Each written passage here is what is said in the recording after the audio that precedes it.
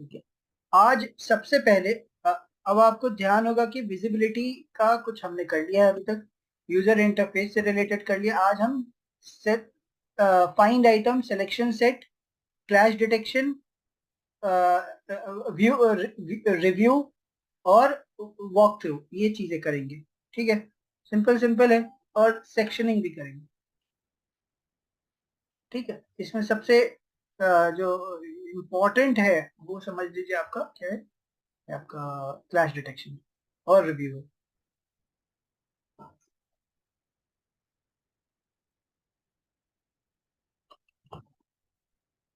Ritesh sir नहीं आए आज, लगता है बिजी होंगे।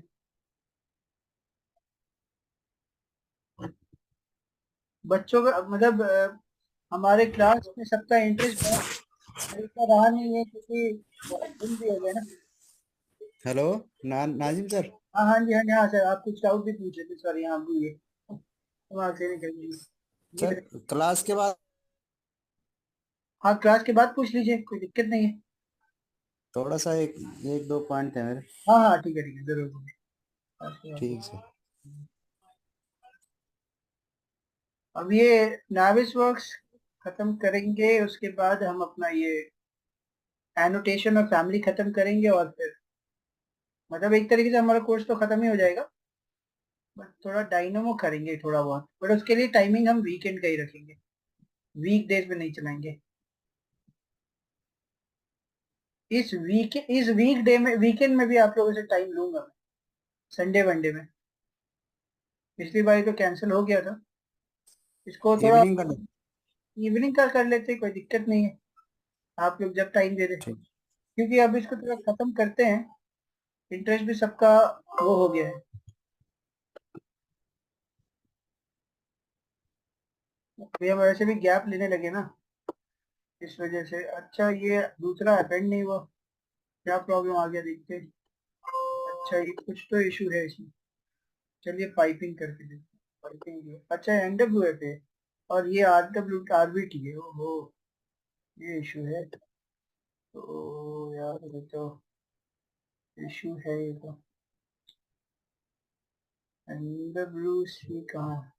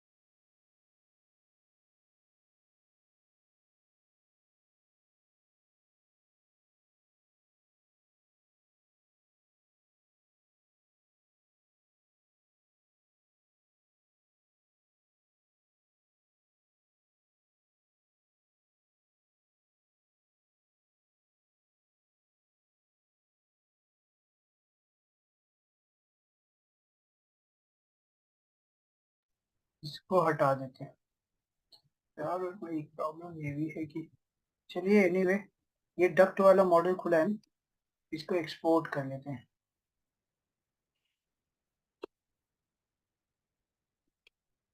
एनडब्ल्यू में। ठीक है, नाइस सेटिंग देखेंगे एक्सपोर्ट करते वक्त, और इसको एक्सपोर्ट कर देंगे। वैसे डेस्कटॉप पे है तो सही, नाइस अपेंड कर लें फिर।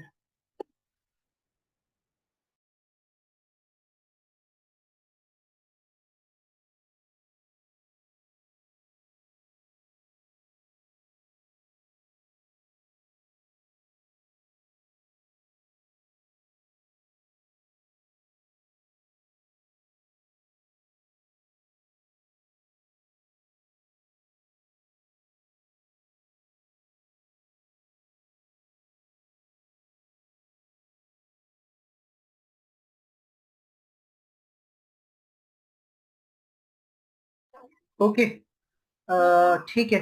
तो ये मान लीजिए दो फाइल हमने मिला के अपेंड करके बनाया, आर्किटेक्चर और डक्ट। ठीक है, ये डक्ट जा रहा है ऐसे, ये आर्किटेक्चर। देखिए यहाँ पे हमें क्या करना है।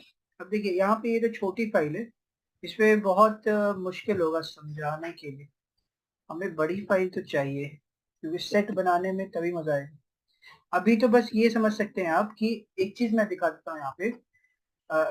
सेट क्रिएशन से पहले एक दूसरा टूल बता देता हूँ, जिसको कहते हैं हम आइटम टूल। जब हम इसको सेलेक्ट कर रहे हैं फॉर एग्जाम्पल, तो यहाँ पे जैसे हमने कई बार रेविट में देखा है कि ये फिक्स्ड रिबन टैब है जो ऊपर नजर आ रहा है। Home, view point, review, animation, view, output, BIM 360, render. ठीक है, ये फिक्स है। अब हमें जब फॉर एग्जाम्पल कई बार क्या होता है कि यहाँ पे जैसे हम सेलेक्ट करेंगे कुछ, तो यहाँ पे आइटम टूल एक नया रिबन टैब है। ठीक है, अगर यहाँ हटा दूंगा तो आउटपुट और बिम 360 में कुछ कुछ भी नहीं है। यहाँ सेलेक्ट ले लेंगे तो इनके बीच में आइटम टूल आ जाए। यहाँ पे कुछ कुछ इंपॉर्टेंट टूल्स होते हैं, जैसे मूव, मूव कर सकते हैं इसको हम यहाँ से, है ना। जैसे हाइड, हाइड कर सकते हैं इस आइटम को, मूव हटा दीजिए, हाइड हो गया। डिलीट नहीं हुआ, हाइड हुआ। वापस चाहिए तो हम यहाँ पे अब यहाँ पे या होम जाके अनहाइड ऑल करेंगे तो आ जाएगा। यहाँ पे है ये। इसको वापस आइटम टूल में जाके क्या करेंगे, या तो मैन्युअली मूव कर सकते हैं, रीसेट ट्रांसफॉर्म कर सकते हैं, वहां पे आ जाएगा। ये हम हाइड कर देते हैं। ये लेवल सेलेक्ट नहीं हो रहा हमारा, क्योंकि ये सिलेक्शन टूल वैसा वाला नहीं रखा, इस वजह से तो हाइड कर देते हैं। अच्छा,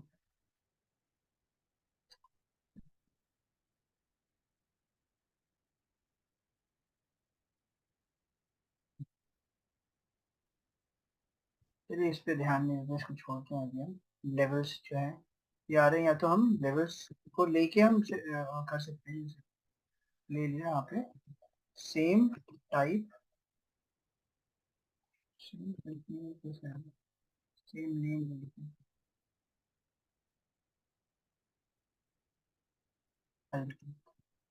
ठीक है। तो यहाँ पे हमारे पास ऑप्शन है एक, क्लिक किया, फाइंड आइटम टूल। इस टूल के साथ क्या क्या कर सकते हैं, इसको स्केल कर सकते हैं, स्केल कर सकते हैं इसको बड़ा,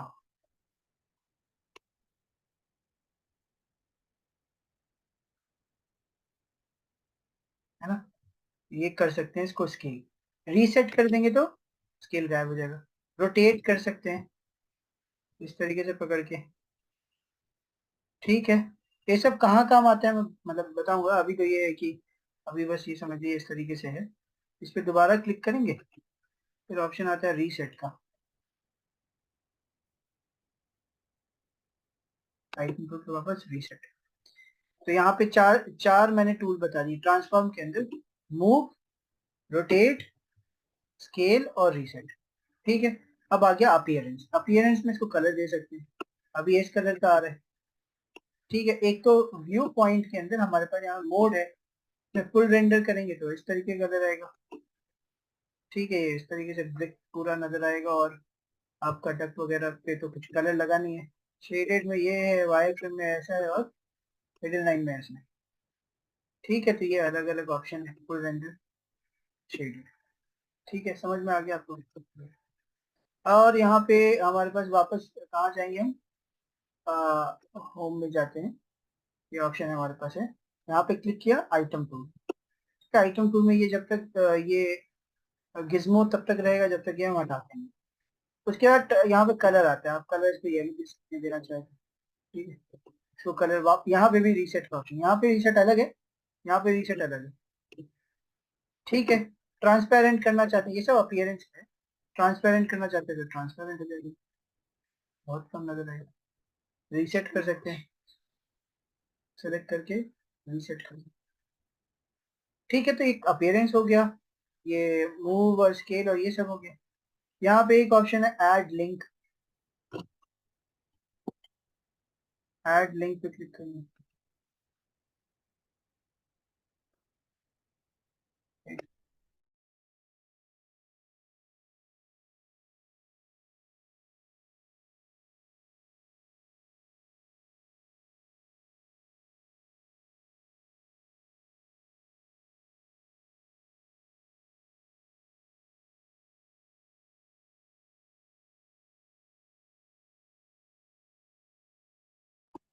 ओके, तो यहाँ पे ये ऑप्शन ट्रांसफॉर्म के आपको समझ में आ गई। आइटम टूल तभी आता है जब आपके पास ये होता है, जब आप इस पर क्लिक करते हैं। देखिए बिम 360 आउटपुट के बीच में ये क्लिक करेंगे तभी आएगी ये।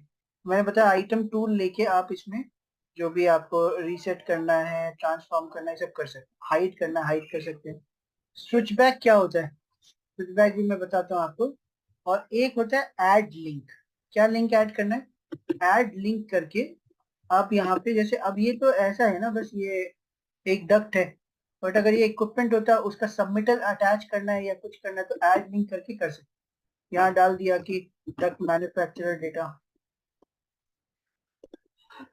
लिंक यूआरएल, यहाँ जाके आप पीडीएफ कुछ अटैच कर ले रहे हैं, है ना। तो यहाँ पे मान लीजिए PDF डाल देता हूँ, कुछ है तो कुछ भी नहीं है चीज़ें।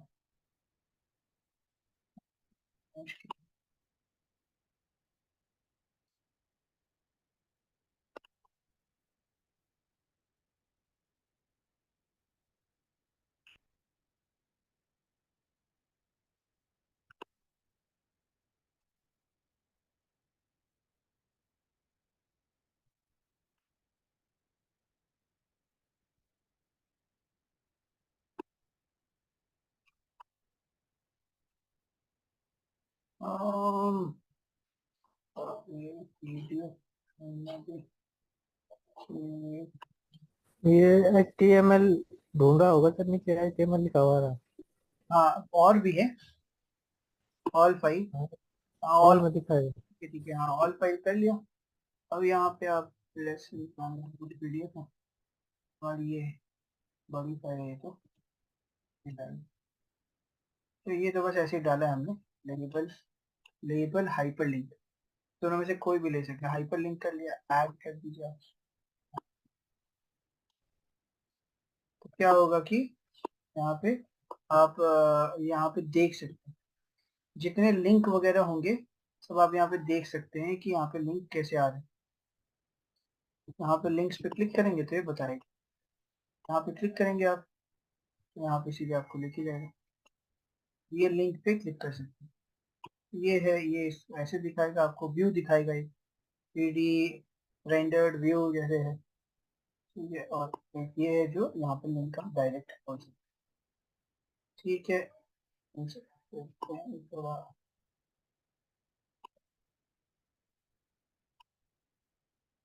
पर्सपेक्टिव फोटोग्राफिक, ठीक है, चलिए ऑटोग्राफी, ठीक है। तो इस तरीके से आप देखेंगे कि ये लिंक्स वगैरह हम यहाँ पे डाल सकते हैं, ठीक है। लिंक्स देखना है, मैंने जैसे बताया, लिंक आप यहाँ पे आइटम टूल किसी पे भी क्लिक करके ये सारी चीजें कर सकते हैं। जैसे मैंने बताया, कलर दे सकते हैं, ट्रांसफॉर्म दे सकते हैं, और मूव कर सकते हैं, ये सारी चीजें आइटम टूल के बारे में। लिंक्स, अपीयरेंस, ट्रांसफॉर्म, विजिबिलिटी, और ये सारी चीजें मैंने आपको बता दी है। यहाँ पे बहुत सारे एलिमेंट होते हैं, मान लीजिए, तो किसी भी एलिमेंट पे क्लिक करके हम क्या कर सकते थे,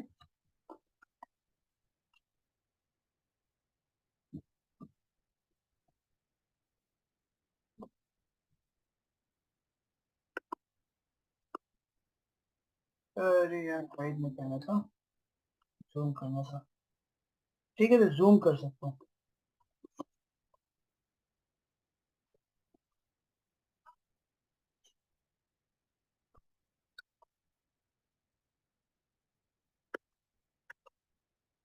जूम करके आइटम टूल पे जूम करना,